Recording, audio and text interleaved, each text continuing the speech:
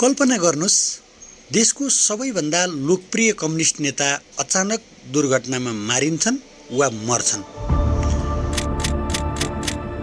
घटनाको एकमात्रै साक्षी केही वर्षपछि हत्या गरिन्छ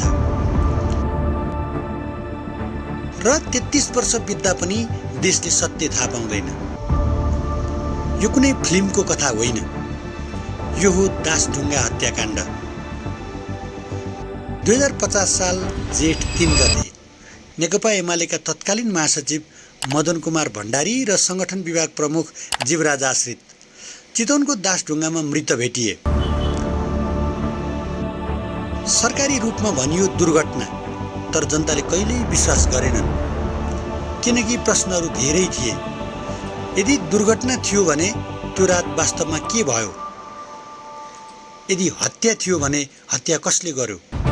र यदि सत्य थाहा थियो भने किन लुकाइयो? घटना छानबिनका लागि समिति बनाइयो, आयोग बनाइए, तर रिपोर्टहरू आए, सत्य आएन।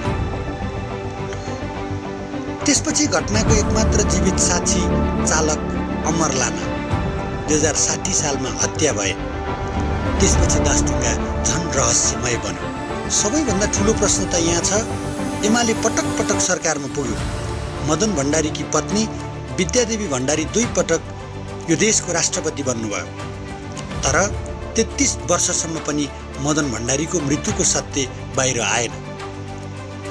हरेक वर्ष कार्यक्रम हुन्छन्, फुल चढाइन्छ, भाषण गरिन्छन्, तर जनता आज पनि एउटै प्रश्न सोधिरहेका छन्, यदि तपाईहरू साँच्चीकै उहाँलाई सम्मान गर्नुहुन्छ भने सत्य किन खोज्नु भएन?